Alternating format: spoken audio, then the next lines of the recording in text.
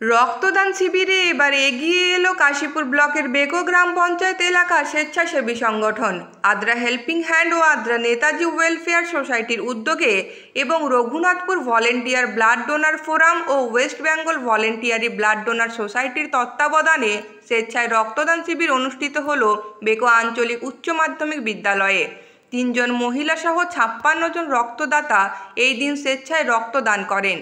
উদ্যোক্তাদের পক্ষে হেলাল আহমেদ জানান, সামনে দুর্গাপুজো, বিভিন্ন প্রান্তে অ্যাক্সিডেন্টের ঘটনা আমরা দেখতে পাই, তাই রক্তের সংকট দেখা দেয়। সেই ঘাটতি পূরণ করার লক্ষ্যে আমরা এই উদ্যোগ নিয়েছি।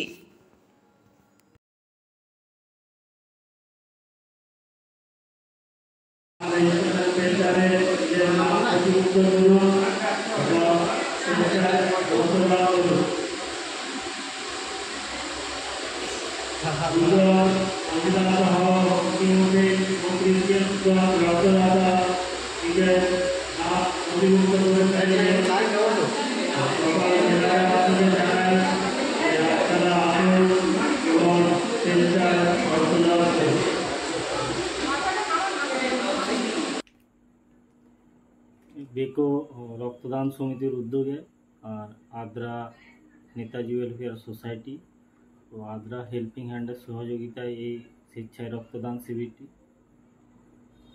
আমাদের ওই 3 জন মহিলা সহ 56 জন রক্তদাতা স্বেচ্ছায় রক্তদান করে। এই গ্রামে এই শিবিরটি প্রথম রক্তদান শিবির ছিল, এর আগে কখনো এই জায়গায় রক্তদান শিবির হয়নি।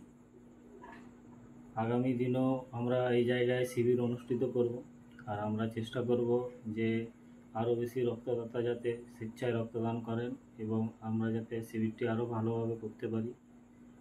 আর আগামী দিনেও ক্যাম্প রয়েছে রঘুনাথপুর সাব ডিভিশন জেলা জুড়ে। আগামী 2 তারিখ মহালয়া উপলক্ষে মুহুতোড় কালী মন্দির প্রাঙ্গণে একটি স্বেচ্ছায় রক্তদান শিবিরের আয়োজন করা হয়েছে। আমার নাম হেলাল আহমেদ।